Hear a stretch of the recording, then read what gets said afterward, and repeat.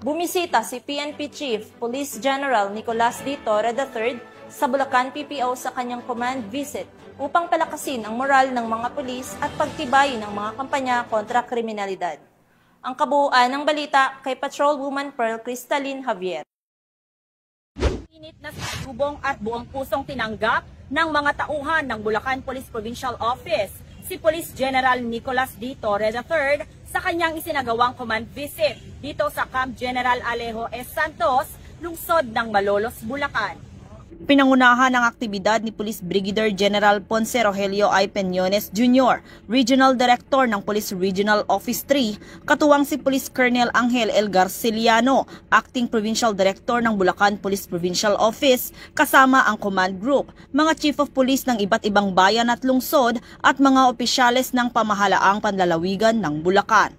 Tampok sa aktibidad ang pagbabasbas at formal na turnover ng mga kagamitang ipinagkaloob ng pamahalaang panlalawigan ng Bulacan, kabilang ang pagpirma sa Deed of Donation.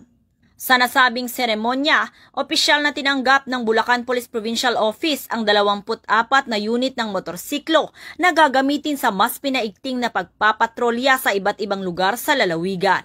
Kabilang din sa mga ipinagkaloob ang isang unit ng Toyota Rush, 100 unit ng handheld radio para sa mas mabilis at epektibong komunikasyon, at mga drone na magagamit sa mga surveillance at rescue operation.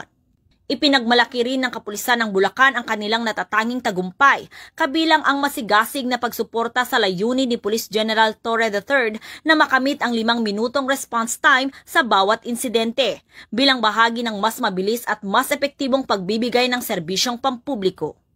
Kasabay nito, ginawaran ng pagkilala ang mga kapulisan na nagpakita ng kahusayan, katapangan at dedikasyon sa pagtupad ng kanilang tungkulin.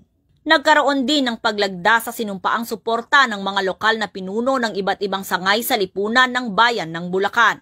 Dagdag pa rito, namahagi rin si Chief PNP ng mga sako ng bigas sa mga tauhan ng kapulisan bilang pagkilala sa kanilang tapat na paglilingkod sa bayan, sa kabila ng naranasang kalamidad na hindi naging hadlang upang gampanan nila ang kanilang sinumpaang tungkulin.